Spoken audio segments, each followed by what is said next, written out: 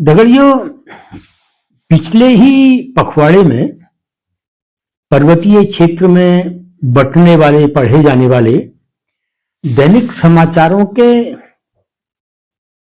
खास पृष्ठों में वन विभाग की ओर से एक बड़ा विज्ञापन प्रकाशित हुआ था। वो विज्ञापन कहीं ना कहीं जंगली जानवरों जैसे बाघ, भालू को संरक्षण देता हुआ अधिक दिखाई दे रहा था। विज्ञापन में लोगों को चेतावनी जो दी जा रही थी, सूचना तो जो दी जा रही थी, ये समझ में नहीं आ रहा था। लेकिन जो भी था, लोगों से कहा जा रहा था कि ये जो समय होता है ये जंगली जानवरों के लिए बहुत संवेदनशील से ऐसा समय होता है, इसलिए जब आप घर से निकलते हैं तो अकेले ना निकलें, भीड़ बनाकर निकलें, शोरगुल करते हुए निकलें और शाम को तो घर से बाहर बिल्कुल भी ना निकलें। ऐसा कुछ उस विज्ञापन के माध्यम से कहा जा रहा था। मैं अभी तक नहीं समझ पाया हूं कि वो चेतावनी जो थी, सूचना जो थी, निवेदन जो था, खैर जो भी था, उस विज्ञापन को लेकर ना कहीं बहस हुई, ना वार्ता हुई, ना चर्चा, ना विमर्श। जबकि एक सभ्य समाज के बीच अगर कोई इस प्रकार का विज्ञापन हो जो चेतावनी या संदेश के नाम से उन जंगली जानवरों का पक्ष रख रहा हो, जो जंगली जानवर एक सभ्य कहलाए जाने वाले समाज के लिए बहुत अधिक खूंखार हो गए हो। भालू खुलेआम विचरण करते हुए दिखाई दे रहे हैं। सोशल मीडिया का जमाना है, आप छुपा नहीं सकते। रोज कहीं ना कहीं से तस्वीर आ जा रही है कि फलानी जगह में एक भालू दिखा, दो भालू दिखे, भालू के बच्चे दिखे। रोज ही अखबार में खबर आ रही है कि बाघ ने घर के अंदर घुसकर या आंगन से बच्चे को उठा के खा दिया। ये समाचार आम हो गए हैं। ऐसा नहीं है कि लोग इन समाचारों से दुखी ना हो, और ऐसा भी नहीं है कि लोग जो ये बाघ, भालू, हिंसक जानवर, नरभक्षी जानवर कहूं या फिर ऐसे जानवर जो मतलब एक समाज के लिए बहुत बड़ा खतरा है, उनको लेकर लोगों में विमर्श ना हो, चिंता ना हो। लेकिन वो विमर्श और वो चिंता सार्वजनिक मंचों पर दिखाई नहीं दे रही।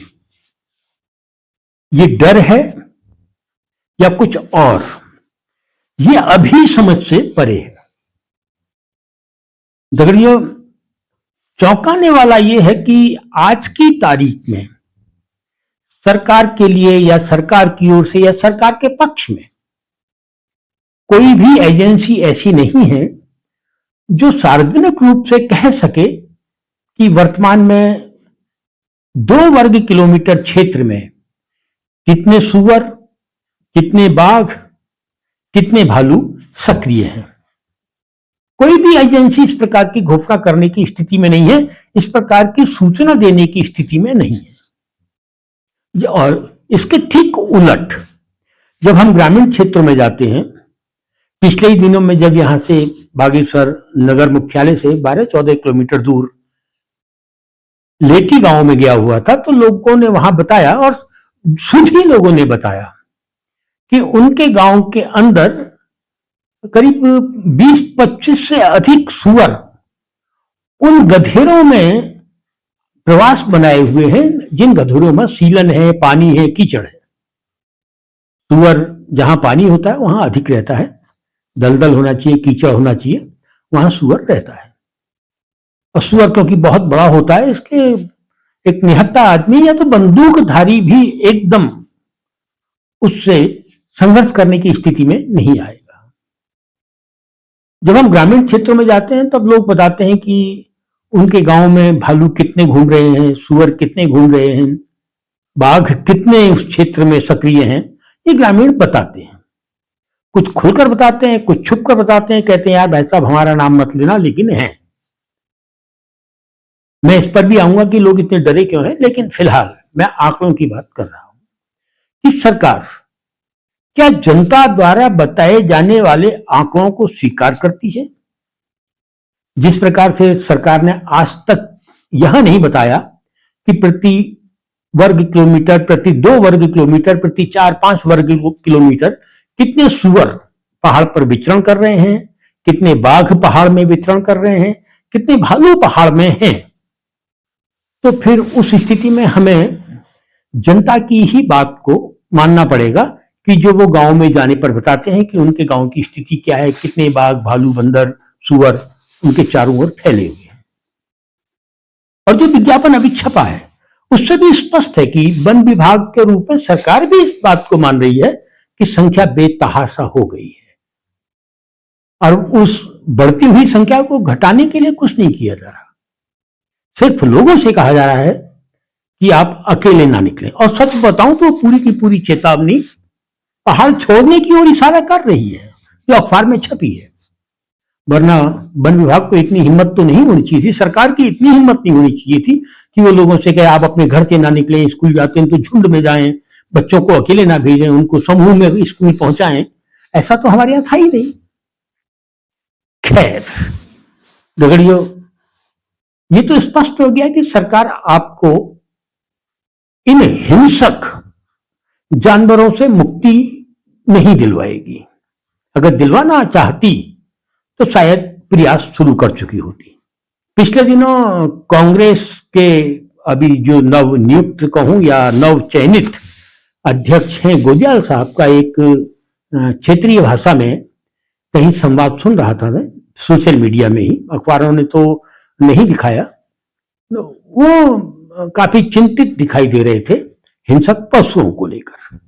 निश्चित रूप से जब कोई सरकार में होता है तो उसी से सवाल पूछे जाते हैं, और वो सरकार से सवाल पूछ रहे थे कि आप बताइए, अब अपनी जनता को, हमारी जनता को, यहाँ के लोगों को इन हिंसक पशुओं से बचाने के लिए क्या कर रहे हैं। शायद गोदियाल साहब भी जानते हैं कि सरकार के पास कोई जवाब नहीं है। वैसे जब मैं गोदियाल साहब को ये भाषण देता सुन रहा था तो मेरे को वो वर्ष याद आ रहा था जिस वर्ष में वन्य जीव संरक्षण अधिनियम को कड़ाई से पूरे पर्वतीय क्षेत्र में लागू किया गया। जब ये वन्य जीव संरक्षण का कानून लागू हुआ, पहाड़ में विरोध शुरू हुआ, तो उसी के साथ साथ पहाड़ में जो बहुत सारे एनजीओ हैं, कुछ हिमालय के नाम पर, कुछ पर्यावरण के नाम पर, कुछ वृक्षारोपण के नाम पर, कुछ समाज सुधार आदि आदि आदि के लिए वो एक फौज के रूप में वन्य जीव संरक्षण के कानून के पक्ष में जगह जगह कार्यक्रम करते हुए, संवाद करते हुए, विचरण करते हुए, बातचीत करते हुए दिखाई देने लगे। और हम सब जानते हैं कि ये जो एनजीओ सर्किल है, जो फंड पब्लिसिटी सेमिनार वाला जो एक सेक्टर है, वो जब सरकार से या दानी अनुदानी संस्थाओं से कुछ पैसा मिलता है तभी समाज में दिखाई देते हैं और तभी वो बोलते हैं, यानी कि उनसे बुलवाया जाता है। खैर, ये शुरुआती दौर का हिस्सा था। उसी बीच में अगर हम देखें तो उत्तराखंड के अंदर टाइगर रिजर्व, एक बहुत बड़ा भूखंड उत्तराखंड का, और इतना बड़ा भूखंड जो उत्तराखंड की अर्थव्यवस्था के लिए बहुत महत्वपूर्ण था, एग्रीकल्चर सेक्टर के विस्तार के लिए महत्वपूर्ण था, गांवों को छोटा करके नए गांव बसाने के लिए बहुत महत्वपूर्ण था, वह बाघ पालने के नाम पर संरक्षित कर दिया गया। विरोध पहाड़ में उसका भी हुआ, और विरोध को डंडे की ताकत से, कानून की ताकत से किस तरीके से कुचला दबाया जाता है, ये पूरा पहाड़ जानता, पूरा देश जानता है। दगड़ियों, Corbett national park, Rajaji national park सहित बहुत सारे अभ्यारण्य ही, अगर हम थोड़ा सा बिमसर की ओर चले जाते हैं तो बिमसर अभ्यारण्य, तमाम ऐसे टोटके किए गए हैं संविधान को आगे करके कि हिंसक जानवर तो खुलेआम विचरण कर सकते हैं, और उनकी इस खुली प्रवृत्ति के खिलाफ पहाड़ को चुप रहना है, लोगों को चुप रहना है, बोलना नहीं है। बाघ अगर हमारे गांव में घुस जाता है तो हमने छुपना है, घर के अंदर चिपक जाना है, अकेले नहीं घूमना है, बस समूह में घूमना है, हल्ला गुल्ला करते हुए घूमना है। लेकिन बाघ को कहना कुछ नहीं है, क्योंकि उसको कानूनी संरक्षण मिला हुआ है। ये सब संरक्षण जब दिए जा रहे थे, तब मैं गोदियाल साहब की बात इसीलिए कर रहा था कि जब ये संरक्षण दिए जा रहे थे, तब उन्हीं की पार्टी भारत में सर्वे सर्वा थी, राज्यों में भी, वो भले ही राज्य उत्तर प्रदेश के रूप में रहा हो या फिर देश के रूप में। और आज की तारीख में इधर उत्तराखंड राज्य बनने के बाद कुछ समय भाजपा सरकार में रहती है, कुछ कांग्रेस में रहती है, लेकिन राज्य बनने के बाद जो पहली समस्या उत्तराखंड में थी, वो हिंसक जानवरों से अपने समाज को बचाने की थी। और इस दिशा में पहली चुनी हुई सरकार नारायण दत्त तिवारी जी की, उन्होंने एक शब्द नहीं बोला, एक प्रयास नहीं किया। हाँ, हमारे मारे जाने के बाद जो मुआवजा सरकार की ओर से मिलता है, अगर मिल जाए तो वो कभी कभी जैसे 1 लाख था तो उसको 1,10,000 कर दिया, 2.5 लाख था तो 2,70,000 कर दिया। तो ये मुआवजा हमारे मरने के बाद, बाघ भालू द्वारा हमें खाए जाने के बाद हमारे परिवारों को दिए जाने की व्यवस्था सरकार करती रही, लेकिन हमारी सुरक्षा की गारंटी सरकारों ने कभी नहीं दी। वो चाहे नारायण दत्त तिवारी की सरकार हो, उसके बाद निशंक और खंडूरी जी की सरकार हो, फिर विजय बहुगुणा या हरीश रावत की सरकार हो, या उसके बाद त्रिवेंद्र रावत की सरकार आप कहेंगे, या फिर वर्तमान में धामी जी की सरकार आप कहेंगे, और भी बीच में जितने आए, किसी ने भी पहाड़ के समाज को पहाड़ में बहुत ज्यादा पनप चुके इन हिंसक जानवरों से बचाने की ना तो कोई पहल की और ना ही कोई नियम कानून ही बनाया। हाँ, मुआवजा थोड़ा सा बढ़ाने का एक खेल चलता रहा। अब एक सवाल कि हम इस हिंसा से, इस आतंक से, इन जंगली जानवरों के खौफ से कैसे बच सकते हैं? तो 2 तरीके हैं। या तो हम पहाड़ छोड़ दें, गांव छोड़ दें, घर छोड़ दें और यहां से पलायन कर जाएं। और जो दूसरा रास्ता है वो बैलेट बॉक्स या फिर ईवीएम मशीन के रास्ते से होकर गुजरता है। यदि पहाड़ के लोग 2 लोकसभा की सीटें 3 तक हम छेड़ सकते हैं, 3 लोकसभा की सीटों को इस नारे के साथ भाजपा कांग्रेस को हरा दें कि आपने हिंसक जानवर बहुत पाल दिए हैं, इसलिए हम आपको सरकार में नहीं देखना चाहते। सरकार में वही आएगा जो हमको हिंसक जानवरों से सुरक्षा दिला सके। आप कह सकते हैं 500 सीटें हैं, उस पर 2 सीटें या 3 सीटें क्या महत्व रखती हैं, लेकिन ये बहुत हल्का सवाल हो जाएगा यदि आप 3 सीटें अपनी सुरक्षा के नाम पर भाजपा कांग्रेस से छीन लेते हैं और निर्दलियों को इस शर्त पर भेजते हैं कि आप वहां जाके शपथ नहीं लेंगे।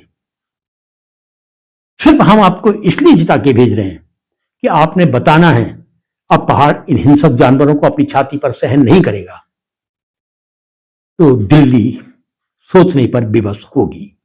दूसरा, आप कुछ मत कीजिए, 25 सीटें विधानसभा की प्रभावित कर दीजिए और पर्वतीय क्षेत्र चाहे तो करीब 30-35 सीटें विधानसभा की प्रभावित कर सकता है। एक बार 25 या 30 सीटें भाजपा और कांग्रेस से छीन लीजिए और यह कह के छीनिए कि आप हमको हिंसक जानवरों से मुक्ति नहीं दिला रहे हैं, आपका कर्तव्य था कि हमें जिंदगी देते, हमें सुरक्षा देते, और आप नहीं दिला पा रहे हैं, इसलिए हम आपको सरकार में नहीं देखना चाहते हैं। 20-22 सीटें निश्चित जानो, ये जो सरकारें बनाने के शौकीन है ना कॉर्पोरेट के लोग, कान पकड़कर जनता के सामने उठक बैठक करेंगे और उस स्थिति को दोबारा स्थापित कर देंगे जो आज से 50 साल पहले थी। 50 साल पहले हमारे बचपन में बाघ तब भी आते थे, हम लोग शाम को रात को कनिस्तर लेके हल्ला गुल्ला करते थे और बाघ भाग जाते थे, भालू आते थे भाग जाते थे।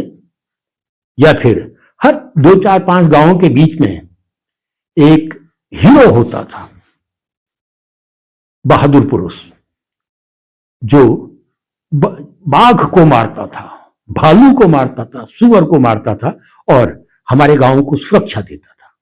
वो कोई सरकारी आदमी नहीं होता था, हमारे ही बीच का बूबू, जब, काका, दाजू वही होता था। तो जब ऐसे लोग मेले ठेलों में निकलते थे या सार्वजनिक स्थानों पर दिखते थे, उनको जो सम्मान मिलता था वही सम्मान मिलता था जो वीरों को सम्मान दिया जाता है। और आज मनुष्य के सबसे बड़े शत्रु बाघ भालू को मारना अपराध बना दिया गया है। और किसने बनाया? हमारे द्वारा चुनी गई सरकारों ने बनाया। हमने तो कभी भी, समाज ने तो कभी भी सरकारों ने से कहा कि हमारे खिलाफ आप जंगल में जानवर बढ़ाइए, हमारे पालतू पशुओं के खिलाफ जानवर बढ़ाइए। तो किसने कहा?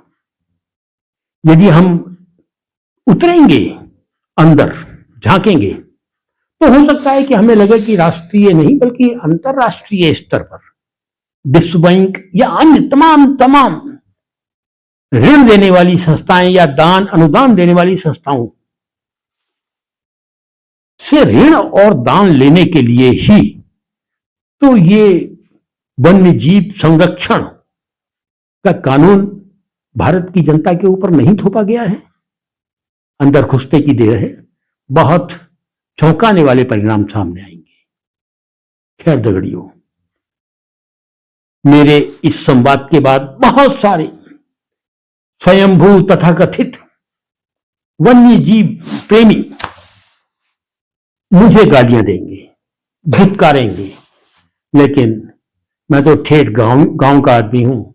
मुझे मधुली आमा की चिंता है, मुझे तो लछनदा की चिंता है, मुझे अपनी चिंता है कि मैं शाम को अंधेरा होने के बाद, नगर के अंदर अंधेरा होने के बाद बाजार से जब मैं अपने घर की ओर आता हूं तो डरा हुआ होता हूं, सहमा हुआ होता हूं कि कहीं से कोई बाघ झपट कर मुझे मार के तो नहीं खा लेगा।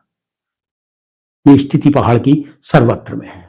ऐसी स्थिति में यदि फंडा फॉर फंड पब्लिसिटी और सेमिनार वाले लोग, जिनको राष्ट्रीय अंतर्राष्ट्रीय स्तर पर सम्मान चाहिए, पुरस्कार चाहिए, वो मुझे गाली देते हैं, अपशब्द कहते हैं, तो कहें, मैं तो अपने समाज की रक्षा के लिए बोलूंगा ही। और एक ही मांग लंबे समय से करता आ रहा हूं कि वन्य जीव संरक्षण के कानून को समाप्त कर दो।